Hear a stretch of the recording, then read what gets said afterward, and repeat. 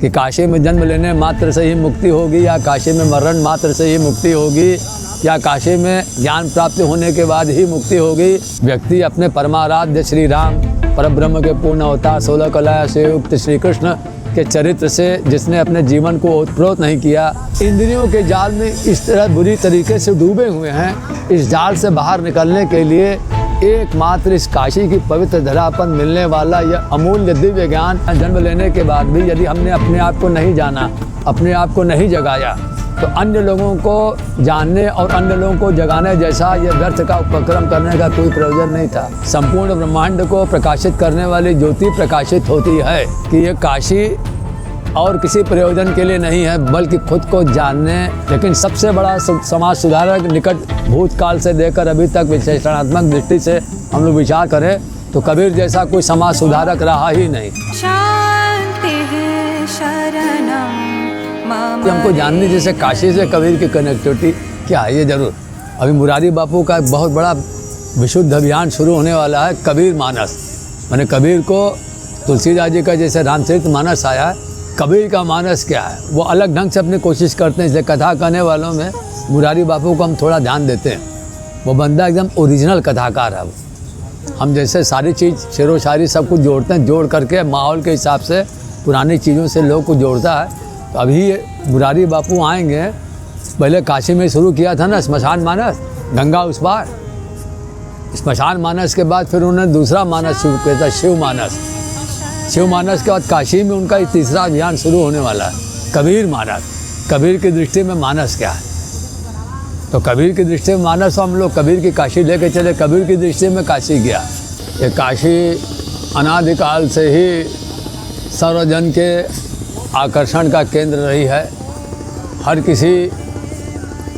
जीवित प्राणी के हृदय में यह अभिलाषा जरूर रही है, जीवन काल में एक बार इस दिव्य भूमि का दर्शन अवश्य कर लिया जाए। इसके पीछे अगर गंभीरता से विचार किया जाए, एक तथ्य जो दिन के उजाले की तरफ बहुत स्पष्ट है, वह यह कि काशी की इस पावन भूमि पर, यहाँ के इस पावन कण कण में प्रत्येक को दिव्य ज्ञान से ओतप्रोत करने की, दिव्य आलोक से जगमगाने की अभूतपूर्व क्षमता है। इसलिए इस क्षमता से अपने को जोड़ने की कामना लिए सदियों से लोग हमारे इस दिव्य धरा धाम की तरफ रुख करते रहे हैं। उसी कड़ी में कई सिद्ध महापुरुषों ने भी अपने जीवन की पूर्णता को इस धरा धाम पर पहुंचने के बाद ही उपलब्ध किया है। उस कड़ी में आधुनिक काल में अगर हम उन कुछ महापुरुषों का श्रद्धापूर्वक स्मरण करें, वैसे महापुरुषों की श्रृंखला बहुत लंबी चौड़ी है, लेकिन जो हमारे हृदय स्थल के बहुत निकट हैं, या यूँ भी कह सकते हैं जिन्होंने हमारे हृदय में अपना वास सुनिश्चित कर लिया है, उनमें स्वनाम धन्य हमारे कबीरदास जी, जिनके विषय में अभी भी बहुत कुछ अनजाना सा रह गया है। हम जितनी इनके विषय में चर्चा करते जाते हैं, इनके विषय की जानकारी या इनके रहस्य के विषय में, इनके साहित्य संबंधी रहस्य, समाज सुधार के पीछे की कुलबुलाहट के रहस्य अथवा भक्ति मार्ग से संबंधित रहस्य, ज्ञान प्राप्ति में होने वाले नाना प्रकार के विघ्नों के संबंध में इनकी अनुभूति से जुड़ा हुआ रहस्य, इस प्रकार कबीर का चरित्र एकदम खुला होते हुए भी बहुत रहस्य अपने आप में समेटे हुए है। उसी रहस्य की परतों में से कुछ एक परतों को अगर हम लोग गंभीरता के साथ समझने की कोशिश करें, तो जैसे कबीर ने संदेश दिया हुआ है हमें इस काशी के संदर्भ में कि ये काशी और किसी प्रयोजन के लिए नहीं है बल्कि खुद को जानने और जागने के साथ अन्य लोगों को इस विषय में जागृत करने और इस दिशा में उनको प्रेरित करने की एकमात्र भूमि है। जैसा उन्होंने कहा भी कि आत्मज्ञान बिना सब सूना, क्या मथुरा क्या काशी, घर की चीज धरी नहीं बूझी, बाहर खोजन जासी। यदि हम काशी का एक पक्षी वर्णन करें कि काशी में जन्म लेने मात्र से ही मुक्ति होगी या काशी में मरण मात्र से ही मुक्ति होगी या काशी में ज्ञान प्राप्ति होने के बाद ही मुक्ति होगी, ये नाना प्रकार के तर्क वितर्क में पढ़ने वालों के, नाना प्रकार के शास्त्रों को आधार बनाकर शास्त्रार्थ करने वालों के बीच की यह बहुत उलझी और पेचीदगी से भरी हुई कड़ियाँ हैं। लेकिन कबीर का दर्शन सीधा सीधा है। किसी स्थान विशेष पर जन्म लेने का महत्व उतना नहीं है जितना कि स्थान विशेष के प्रभाव को अपने अंतःकरण में उतारना, तदनुसार अपने जीवन को ढालना। तो काशी अनादिकाल से ही इस धरा धाम ही नहीं बल्कि सारे भूमंडल का एक प्रमुख केंद्र रही है। जैसा हम लोग कहते भी हैं, काश्यामिका शते काशी, काशी सर्व प्रकाशिका, सा काशी विदिता येन तेन प्राप्तो ही काशिका। यानी इस काशी में ही संपूर्ण ब्रह्मांड को प्रकाशित करने वाली ज्योति प्रकाशित होती है। और उस प्रकाशित करने वाली ज्योति को जिसने अपने अंतःकरण में, अपने हृदय स्थल में उतार लिया, सही अर्थ में वही काशी को उपलब्ध होता है, या सही मायने में उसी को काशीवास का ये प्रमुख कार्य सिद्ध करने का सुअवसर प्राप्त हुआ है। तो कबीर का यह जो पद है जिसमें काशी के इसी भाव को ध्वनित करता हुआ गूढ़ यथार्थ छिपा हुआ है कि आत्मज्ञान बिना सब सूना, क्या मथुरा क्या काशी।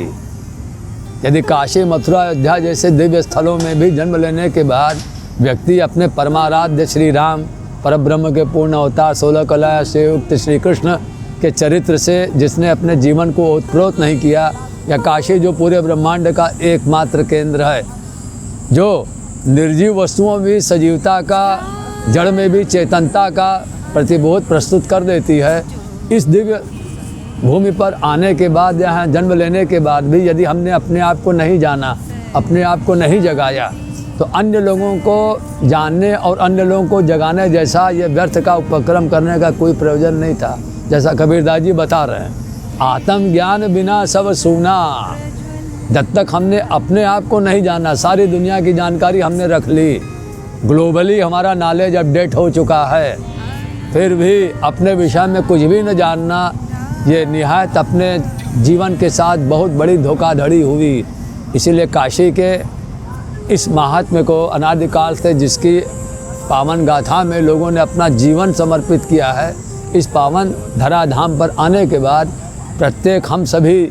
जीवित लोगों का यह परम कर्तव्य बनता है कि अपने आप को पहले जानने की चेष्टा की जाए। आज के इस आपाधापी भरे दौर में हर एक व्यक्ति दूसरे की ओर उंगली उठाता हुआ दिखता है। समाज स्तर में दूसरों को जगाने का अभियान चल रहा है, लेकिन सबसे बड़ा समाज सुधारक निकट भूतकाल से देकर अभी तक विश्लेषणात्मक दृष्टि से हम लोग विचार करें तो कबीर जैसा कोई समाज सुधारक रहा ही नहीं। कभी तो वह बाद में हुए,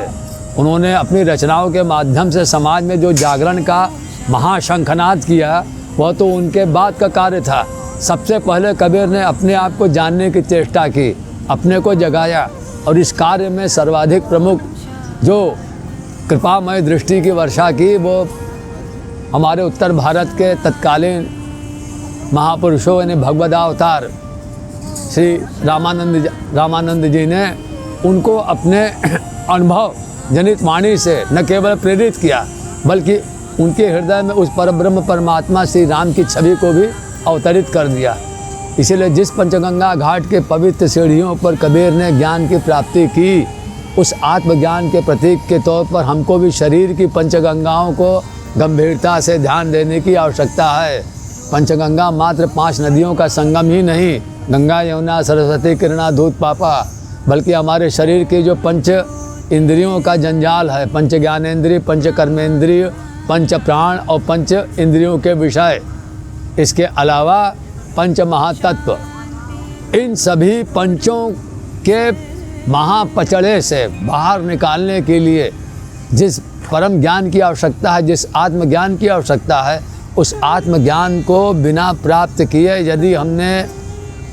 केवल सांस लेने भर में ही अपने जीवन क्रम को पूरा कर लिया तो पूरा जीवन हमारा सूना रह गया। जैसा कबीरदास जी बता रहे हैं, आत्मज्ञान बिना सब सूना, क्या मथुरा क्या काशी, घर की चीज़ धरी नहीं बूझी, बाहर खोजन जासी। मैंने जो परब्रह्म परमात्मा का वास्तविक स्वरूप हमारे हृदय में समाया हुआ है, घर का तात्पर्य हमारे हृदय में ही जिस परमात्मा की छवि समाई हुई है, उस छवि को अपने अंदर गुरु की कृपा से प्राप्त ज्ञान के आलोक में यदि उस परमात्मा की छवि को हमने नहीं निहारा तो अपना जीवन तो हमने सूना किया ही। और यदि इस सूनेपन के दंश को न समझते हुए मिथ्याभिमानवश समाज सुधार का, समाज जागरण का यदि हमने अभिमान भी शुरू किया, तो जो व्यक्ति खुद नहीं जागा वो भला दूसरों को क्या जगाएगा। ऐसे जागरण का सूत्रपात करने वाले व्यक्ति भी समाज को सुलाने का काम ही ज़्यादा कर रहे हैं। जैसा कबीर के नाम पर नाना प्रकार के उत्सवों के आयोजन की कोई भी औचित्य नहीं है। जब तक हमने कबीर की वाणी को अपने जीवन में आत्मसात नहीं किया, उनके नाम से इस तरह सांगीतिक अनुष्ठान करना, नाना प्रकार के उपक्रमों में जोड़ना, वो किसी भी अर्थ में हमारे लिए न तो उपयोगी है, न ही आवश्यक है, न हमारे किसी प्रयोजन की पूर्ति में सहायक है। सीधी सी बात, हम सब अपने इंद्रियों के जाल में इस तरह बुरी तरीके से डूबे हुए हैं। इस जाल से बाहर निकलने के लिए एकमात्र इस काशी की पवित्र धरा पर मिलने वाला यह अमूल्य दिव्य ज्ञान, जो जीवन काल में ही हमको मुक्ति के विलक्षण महासुख से परिचित ही कराता ही नहीं बल्कि उपलब्धि भी कराता है। तो कबीर की वाणी में कबीर से प्रेरित होकर अपने को जानने, अपने को जगाने का हम केवल प्रयत्न ही न करें, बल्कि इसमें सफल होते हुए अन्य लोगों को भी इस तरफ प्रेरित करें। तो कबीर के जीवन दर्शन को समझने की दिशा में हमारा यह कदम न केवल उपयोगी प्रासंगिक होगा, बल्कि समाज के लिए एक प्रेरणा का कार्य भी करेगा। शांति।